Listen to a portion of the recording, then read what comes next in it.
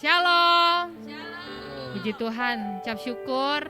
Kalau hari ini kita masih ada di tempat ini, Tuhan masih berikan kita waktu, masih berikan kesempatan untuk kita mengadakan ibadah doa pada malam hari ini. Saya percaya kita semua dalam keadaan sehat dan diberkati Tuhan, amin.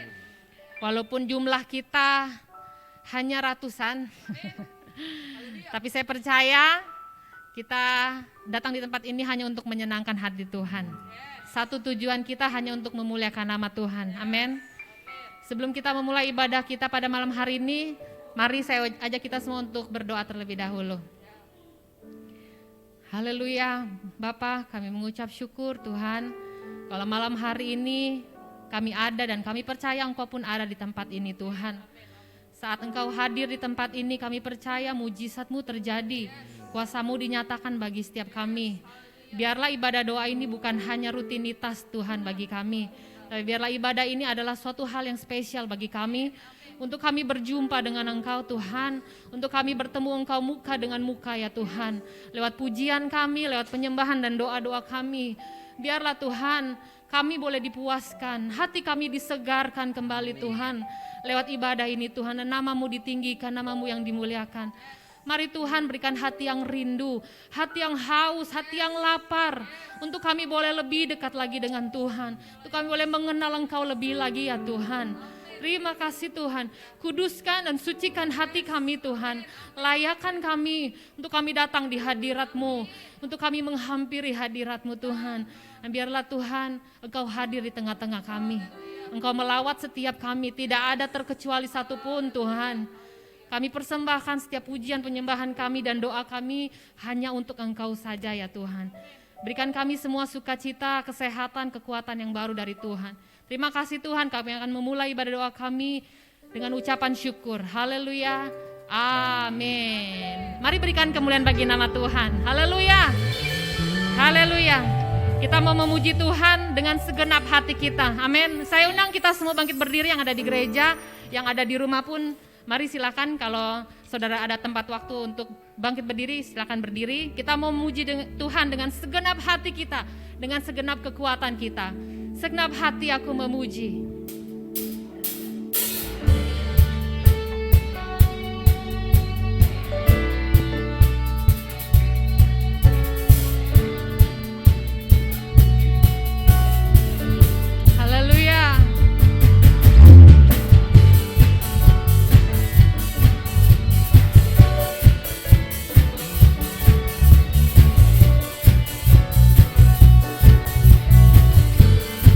Mari katakan,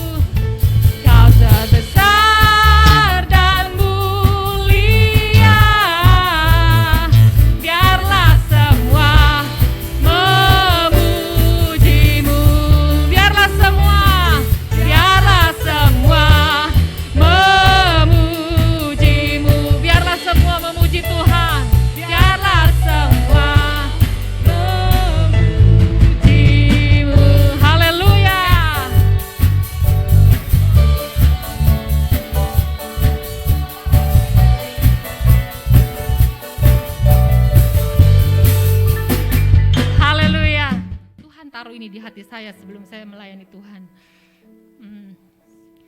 Kalau Tuhan bicara, Tuhan bilang, apapun sakitmu, Tuhan sanggup sembuhkan. Apapun kebutuhanmu, Tuhan sanggup cukupi. Kita tahu ya, kita semua anak Tuhan tahu.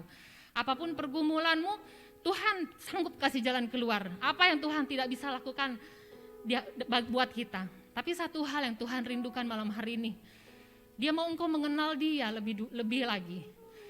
Sudahkah engkau mengenal Tuhanmu? Apakah engkau mengenal Tuhan saat engkau sakit? Apakah engkau mencari Tuhan saat engkau membutuhkan sesuatu? Malam hari ini, mari kita mau mengenal Tuhan kita. Kita mau mengenal kasih-Nya yang begitu besar, yang begitu luar biasa dalam hidup kita. Mungkin hari ini kita belum menyapa Tuhan. Hari ini kita belum katakan, Tuhan, apa kabar Tuhan? Tuhan mau apa? Tuhan mau aku lakukan apa Tuhan hari ini? Tapi mari malam hari ini kita mau mengenal Tuhan lebih lagi. Kita mau mengenal kasih-Nya Tuhan. Kita mau mengenal apa yang Tuhan mau dalam hidup kita untuk kita lakukan. Haleluya Tuhan. Mari siapkan hatimu yang terbaik buat Tuhan. Tuhan mau mengenal engkau lebih lagi dan Tuhan sudah mengenal engkau. Inilah saatnya engkau mengenal Dia lebih lagi.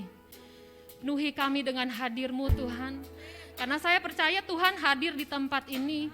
Tuhan siap melawat kita semua saat ini. Haleluya. Haleluya Tuhan. Penuhi hatiku. Penuhi kami Tuhan. Dengan hadir-Mu.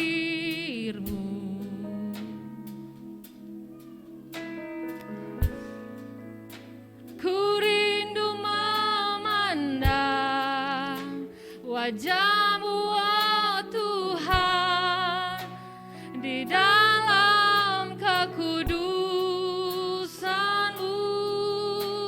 Bawaku Tuhan, bawaku dekat. Amin. Dalam rindu mendengar suara-Mu Tuhan.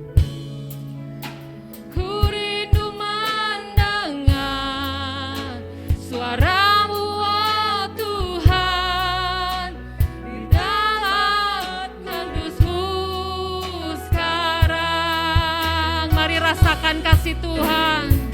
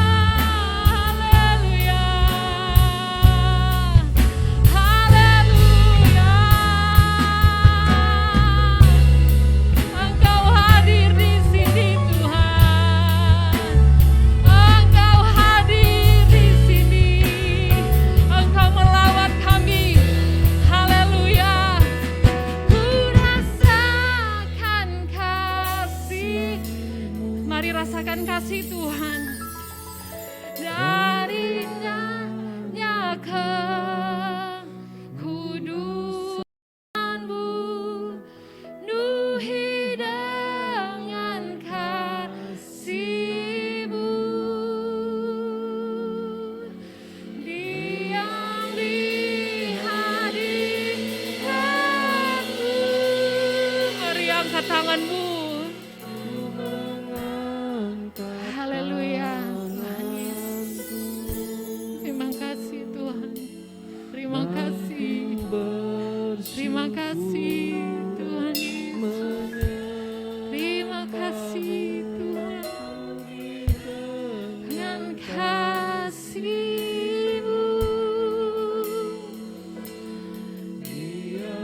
Oh haleluya. Haleluya. Puji Tuhan. Shalom. Shalom Bapak Ibu Saudara juga yang di rumah. Saya percaya kita semua ada dalam penyertaan Tuhan. Amin. Dan saya juga percaya kita semua ada di tempat ini bukan karena sekedar rutinitas, tapi memang karena kita boleh mengalami rasa haus, rasa rindu untuk selalu bisa melekat erat pada Tuhan. Amin. Pertama, izinkan saya untuk melepas masker. Yes, haleluya. Kita masih dalam tema berjalan bersama dengan Tuhan. Maka firman Tuhan pada malam ini saya akan memberi tema bekerja dan berintegritas. Kita sudah begitu sering kali mendengar bagaimana ayat firman Tuhan diberitakan kepada kita semua sejak dari awal sampai pada saat ini, sejak dari Bapak Gembala, lalu ada Ibu Pendeta Novi, juga ada Bapak Pendeta Jimmy, lalu ada ibadah tengah minggu seperti di kaum wanita dan ibadah doa seperti saat ini.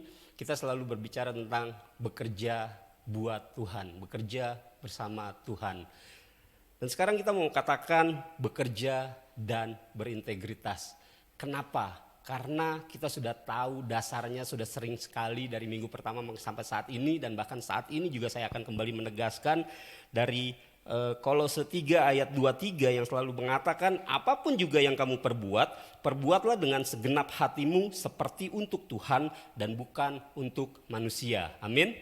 Jadi ini bukan pertama kali saya membacakan ayat ini. Pasti Bapak Ibu Saudara semua sudah mendengar bagaimana ayat ini diberitakan, dibacakan sejak dari awal tema ini mulai digaungkan oleh Bapak Gembala sidang kita di tempat ini. Dan saat ini saya mau mengatakan bekerja. Ketika saya cari apa sih makna dari bekerja, dan yang paling mudah adalah bekerja menurut Kamus Besar Bahasa Indonesia, menurut KBBI. Bekerja menurut KBBI adalah kegiatan melakukan sesuatu perbuatan atau yang diperbuat. Jadi satu kegiatan berarti ada sesuatu yang kita perbuat, ada sesuatu yang kita lakukan. Itu yang dikatakan bekerja. Dan saya rasa kita semua setuju dan bahkan kita harus setuju, kita harus tidak lagi mengkotak-kotakan bekerja buat Tuhan, bekerja sekuler berarti bekerja bukan buat Tuhan. Tapi kita harus sepakat untuk setuju, kita harus setuju untuk setuju bahwa bekerja untuk Tuhan itu fokusnya yaitu kepada Tuhan. Sesuai dengan ayat Kolose 3:23 itu, apapun juga yang kamu perbuat, perbuatlah dengan segenap hatimu seperti untuk Tuhan. Artinya apa? Pekerjaan apapun yang akan kita lakukan, kita melakukan buat Tuhan. Amin. Jadi yang bekerja full time di gereja belum tentu dia bekerja buat Tuhan. Yang bekerja di luar gereja juga belum tentu mereka tidak bekerja buat Tuhan. Lalu bekerja buat Tuhan itu seperti apa?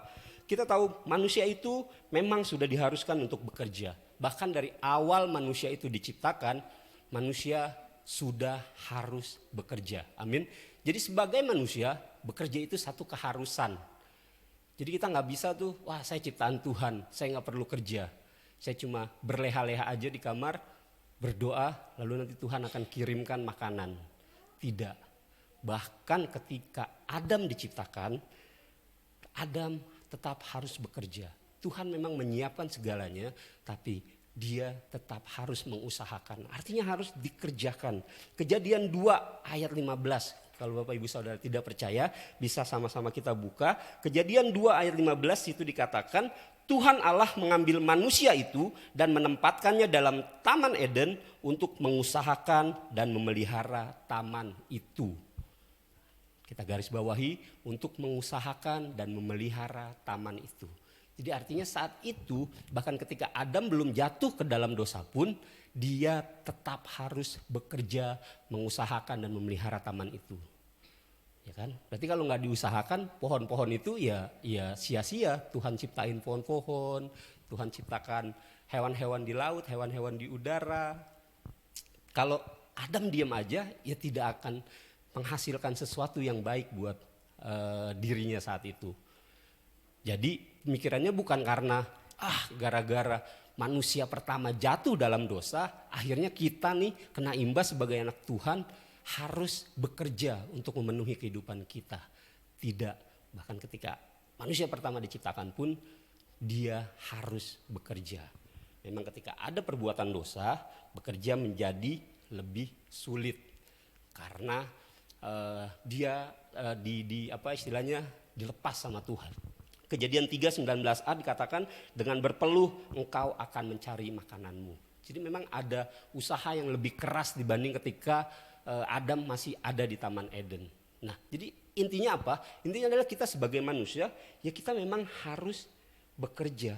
Kita sebagai manusia memang harus mengusahakan sesuatu untuk bisa mendapatkan sesuatu. Dan sekarang apa yang akan bisa kita lakukan?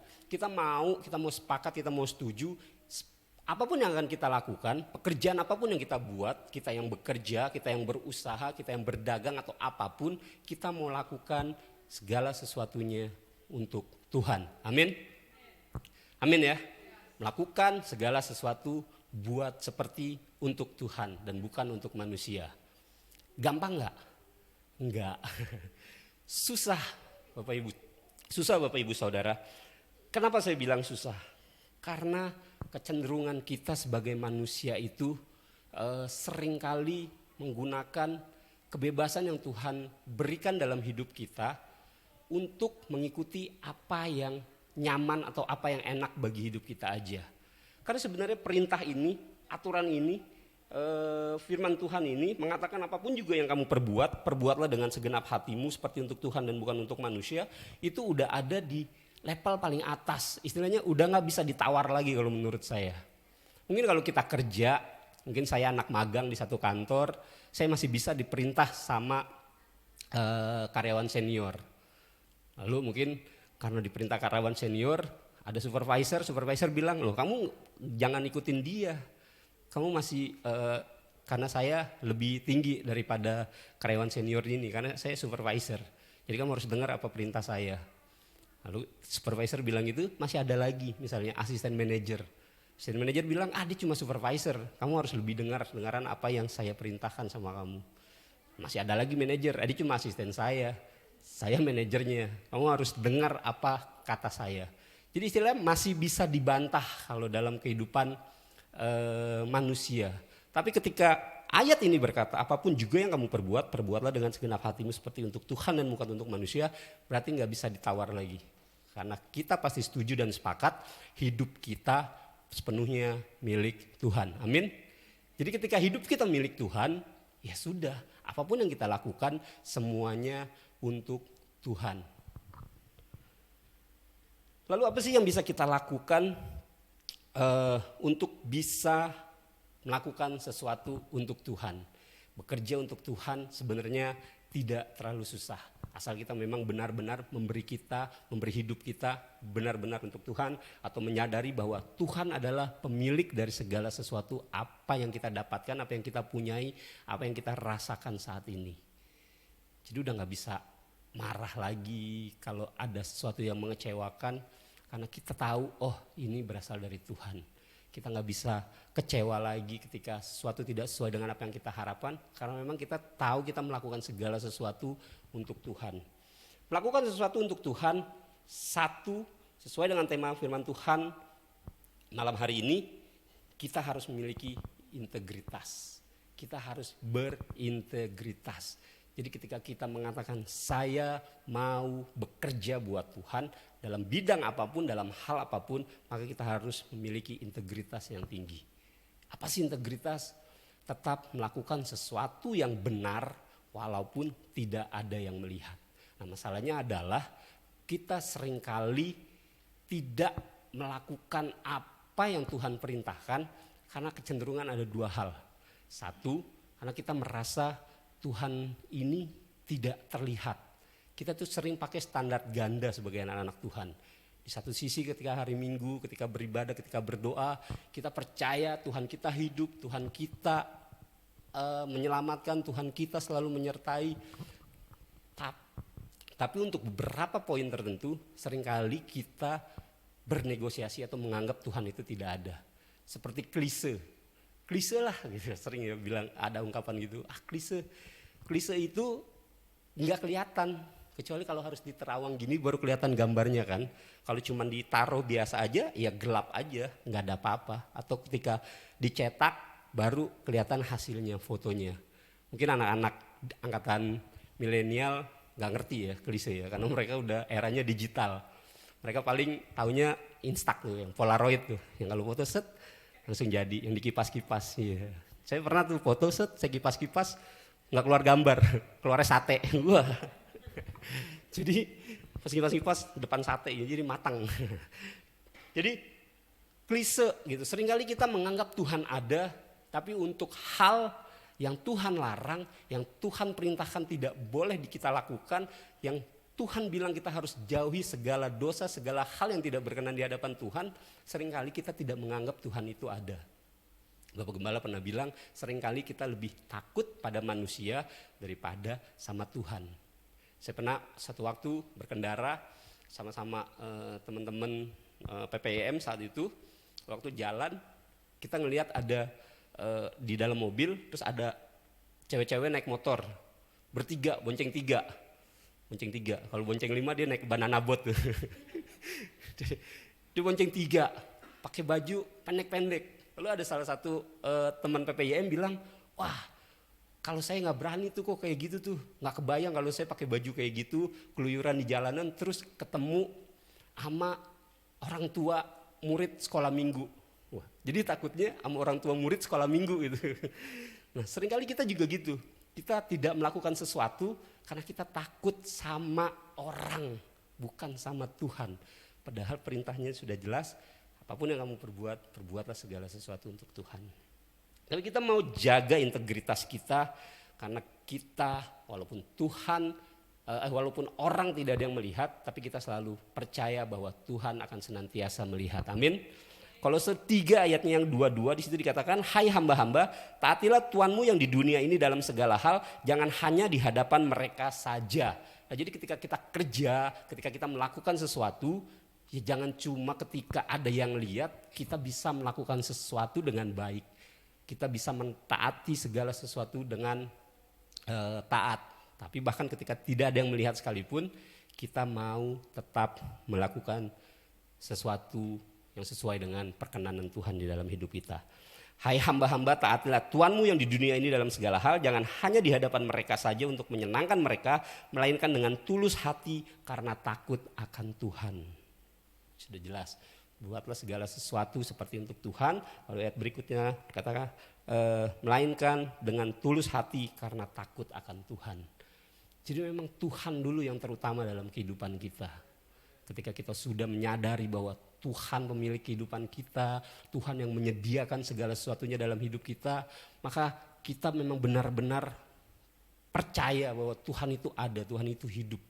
Jadi kita bilang, saya percaya Tuhan itu ada, saya percaya Tuhan itu hidup, lah kita lakukan, kita maknai itu, kita benar-benar memaknai Tuhan itu ada. Jadi ketika mau berbuat sesuatu yang tidak berkenan di hadapan Tuhan, kita seolah-olah lagi dipelototin Tuhan nih gitu. Jadi Tuhan liatin, weh mau ngapain lo gitu. Saya dulu pernah, mungkin ada beberapa yang sudah pernah dengar kesaksian saya. Dulu saya kerja di hotel. Waktu saya kerja shift malam saat itu, tiba-tiba ada yang tamu check out, lalu dia pergi gitu aja, uang depositnya masih ketinggalan. Dan itu jumlahnya lumayan, 800 atau $600 saat itu, $800 kalau nggak salah. Bayangin $800, kalau saat itu 10.000 aja, udah berapa tuh? 8 juta. Tanda terimanya sama saya, duitnya sama saya, orangnya udah di dalam taksi, taksinya udah jalan, temen kagak ada yang lihat karena shift malam. Jadi teman kerja saya tidur, karena kita biasanya ganti-gantian kan. 4 jam pertama tidur, 4 jam berikutnya kita bangun. Gak ada yang lihat. Yang paling gampang apa? Yang paling gampang, udah saya kantongin aja. Toh orang itu gak akan punya bukti. Tanda terimanya sama saya, tanda terimanya mungkin kalau dia punya tanda terima dia akan balik lagi. Lu ini duit saya belum diambil. Tapi saat itu tanda terimanya udah saya pegang. Yang paling gampang apa? Ya udah kantongin aja. 8 juta lumayan. Bisa buat beli BlackBerry baru saat itu tuh. Tapi saya telepon langsung ke parkiran pintu keluar, bilang taksinya suruh balik lagi. Ada yang ketinggalan barang si tamunya. Taksinya balik lagi, dia datang, ada apa mas? Ini pak depositnya ketinggalan. Bapak belum ambil. Loh memang enggak dipotong dari bon? Enggak, ini cuma kita keep. Jadi ini saya kembalikan. Sudah, dia ambil. Dan puji Tuhan, saya dapat ucapan terima kasih saat itu. Makasih ya mas, iya sama-sama pak, hati-hati di jalan. Tapi memang saya tidak melakukan buat tamu itu. Saya tidak melakukan buat manajemen hotel itu. Saya lakukan itu karena saya takut sama Tuhan. 8 juta, kalau saya pegang bisa tahan berapa lama sih? Paling seminggu, 2 minggu, paling irit-irit banget sebulan atau 2 bulan. Setelah itu uangnya habis, perkenanan Tuhan hilang dalam hidup saya. Sementara kalau saya mempertahankan perkenanan Tuhan, maka berkat Tuhan akan terus mengalir sepanjang hidup saya. Amin. Maka demikian juga yang terjadi dalam kehidupan Bapak, Ibu, dan Saudara. Lalu yang kedua adalah kita mau selalu bersuka cita.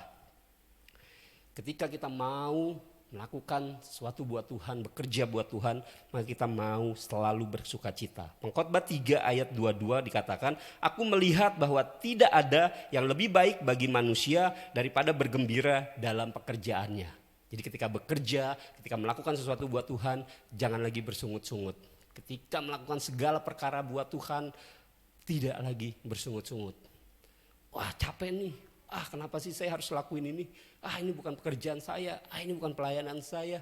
Saya gak suka nih dikasih pekerjaan ini nih. Bersungut-sungut, tapi kita mau terus bersuka cita. Karena kita sadar ketika kita melakukan sesuatu yang baik buat Tuhan, ketika kita melakukan segala sesuatu buat Tuhan, maka upahnya akan selalu datang langsung daripada Tuhan. Amin. Mungkin manusia tidak menghargai, mungkin manusia tidak melihat apa yang kita perbuat, tapi Tuhan senantiasa menyiapkan segala sesuatu buat kehidupan kita.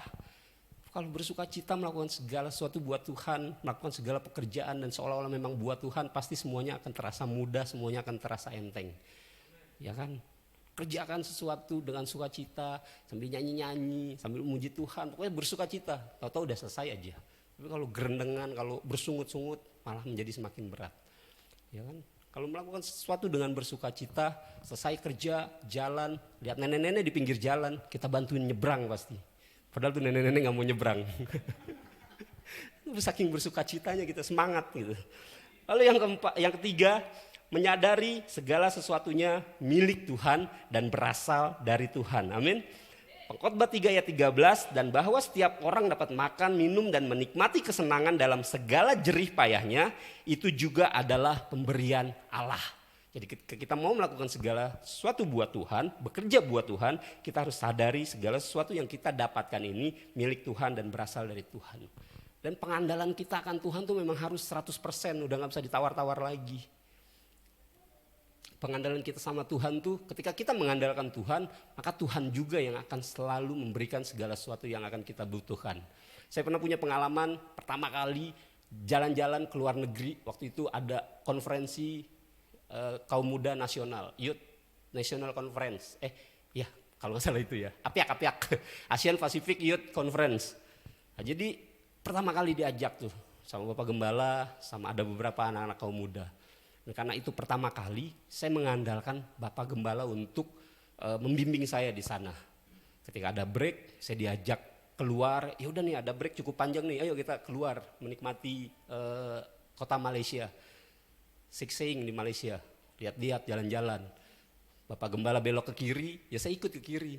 Bapak Gembala ke kanan, ya saya ikut ke kanan. Karena saya mengandalkan dia gitu saat itu. Kalau dia ke kanan, saya ke kiri, saya hilang di Malaysia gitu, saya nyasar. Bahkan ketika saya sudah mengandalkan Bapak Gembala pun, kita tetap nyasar. Tapi intinya ketika kita mengandalkan Tuhan, jangan setengah-setengah. Ketika saya mengandalkan Engkau Tuhan, ya udah berarti kita mengandalkan Tuhan. Hilangkan kekhawatiran, hilangkan ketakutan, tapi kita benar-benar mau mengandalkan Tuhan. Karena pada akhirnya Tuhan yang memiliki segala sesuatu yang akan diberikan kepada kita. Tuhan yang akan menyiapkan segala sesuatu yang akan diberikan kepada kita. Saat itu bahkan ada satu orang dari gereja lain yang ada di rombongan kita, itu benar-benar mengandalkan Bapak Gembala.